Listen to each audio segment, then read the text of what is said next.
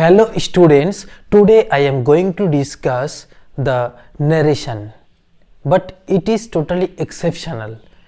তো আমরা আগে যে ন্যারেশনসগুলো করেছি পাঁচ প্রকার সেন্টেন্স আমরা অলরেডি জেনে গিয়েছি, বাট এই পাঁচ প্রকার সেন্টেন্সেরই যেটাকে আমরা বলবো ইম্পারেটিভ সেন্টেন্স, সেই ইম্পারেটিভ সেন্টেন্সের এক ধরনের ডিরেক্ট থেকে ইনডিরেক্ট ন্যারেশন হয়।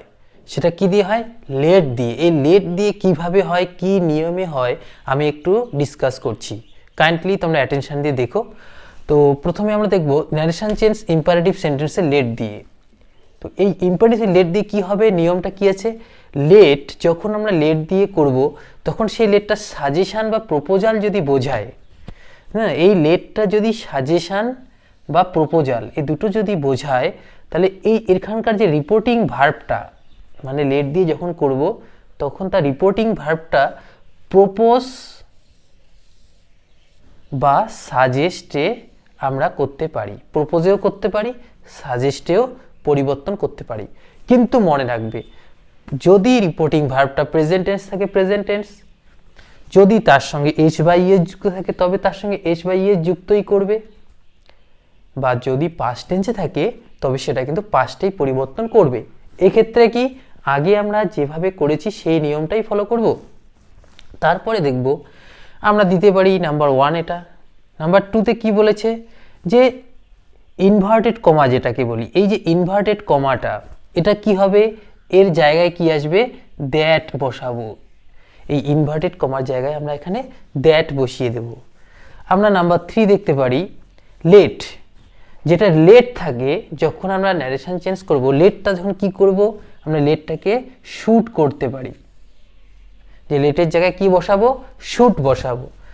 তারপরে আমরা দেখব প্রোনাউন, এখানে যে আস প্রোনাউনটা থাকে এই আস প্রোনাউনটাকে আমরা কিসে চেঞ্জ করতে পারি? উই বা দেতে পরিবর্তন করতে পারি।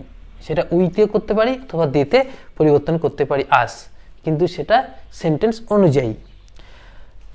এবার নেক্সট একটু দেখব যে প্রপোজ বা সাজেস্টের সঙ্গে টু আমরা কখন বসাবো। দেখব যদি অবজেক্ট থাকে, সেখানে যদি অবজেক্ট থাকে এই অবজেক্টটা, সেখানে আমরা কি বসাবো?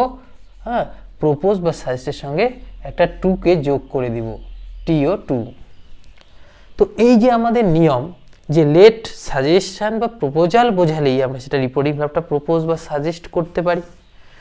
ইনভার্টেড কমার স্থলে কি বসাতে পারি? আমরা দ্যাট বসাবো। আবার বলছি, লেটের জায়গায় শুড বসাবো, আসের জায়গায় উই বা দে প্রণয়ন করব। প্রপোজ বা সাজেস্ট থাকলে সেখানে যদি অবজেক্ট থাকে সেখানে আমরা টু বসাতে পারি। এটুকু নিয়ম মনে রাখলে আমরা লেট দিয়ে ডিরেক্ট থেকে ইনডাইরেক্ট ন্যারেশনগুলো করতে পারছি। তো আমরা দেখে নেব নেক্সট কিছু উদাহরণ। তো আমরা প্রথম এক্সাম্পলে যেটা দেখব, এক্সাম্পলে কি বলা আছে যে my friend said to me comma late us go out for a work, এটা বলা আছে। তো এখানে লেট থেকে আমরা ওয়ার্ক পর্যন্ত এটা ইনভার্টেড কমার মধ্যে পেয়েছি। তো এই যে সেড টু যে এখানে আছে, সেড টুতে কি করেছি আমরা? মাই ফ্রেন্ড প্রপোজড মি করেছি। সেড টুটা কিসে চেঞ্জ হয়েছে? প্রপোজডে আমরা পরিবর্তন করলাম, এই সেড টু প্রপোজড হয়ে গেল। তারপরে মি থেকে গেল, এই যে ইনভার্টেড কমার জন্য আমরা দ্যাট আনলাম, এই দ্যাট কনজাংশনটা নিয়ে আসলাম।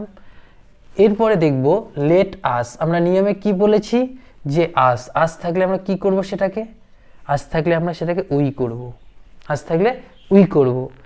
এবং লেটটাকে কি করব? আমরা শুট করব, that we shoot go out for a work, যা আছে তাই লিখে দিলাম। তো কি হয়ে গেল? মাই ফ্রেন্ড সেড টু হয়ে গেল প্রপোজড, মি ইনভার্টেড কমার জন্য দ্যাট, উই হয়ে গেল আস, লেট হয়ে গেল shoot go out for a work. তো এভাবে আমরা ডিরেক্ট থেকে ইনডিরেক্টে খুব সুন্দর করে নিয়ম বুঝে বুঝে করছি। নেক্সট এক্সাম্পল কি আছে? Srija said comma let me give you a cup of coffee, এখানেও আমরা আগের মতোই দেখতে পাচ্ছি, হ্যাঁ, let me give you a cup of coffee. কিন্তু এখানে আমরা কি করেছি? প্রপোজ দিয়ে করেছি। কেন করেছি? যে let us go out for a work একটা প্রপোজাল বোঝাচ্ছে। এখানে আমরা দেখব যে let me give you a cup of coffee এখানে একটা সাজেশন বোঝাচ্ছে। কিন্তু যেহেতু সাজেশন, তা আমরা কি বোঝাবো? এখানে সাজেস্টেড, এখানে আমরা এই সেইটটাই কি করেছি? সাজেস্টেড করেছি। ঠিক ইনভার্টেড কমার জন্য দ্যাট, তাহলে সিজা সাজেস্টেড দ্যাট, এখানে let me give you a cup of coffee. তো এখানে দেখতে পারবো আমরা ইউটাকে কি করেছি, আমরা হিতে পরিণত করেছি। হি শুটটা কেন আসছে, এই লেটের জন্য আমরা জানি। তাহলে হি শুড গিভ মি, এখানে গিভ মি করেছি এ কাপ অফ কফি। তো আমরা যদি নিয়মগুলো বুঝে বুঝে করি যে কোথায় প্রপোজ, কোথায় সাজেস্টেড, কোথায় শুড, কোথায় কোন প্রোনাউনটা পরিবর্তন করতে হবে এবং কোথায় সেড টু থাকলে কি হবে, সেইড থাকলে কি হবে, আশা করি আমরা লেট দিয়ে সমস্ত রকমের ইম্পারেটিভ সেন্টেন্সের ন্যারেশনগুলো করতে পারবো। কোনো রকম কারো সমস্যা হলে অবশ্যই কমেন্ট বক্সে করবে কমেন্ট।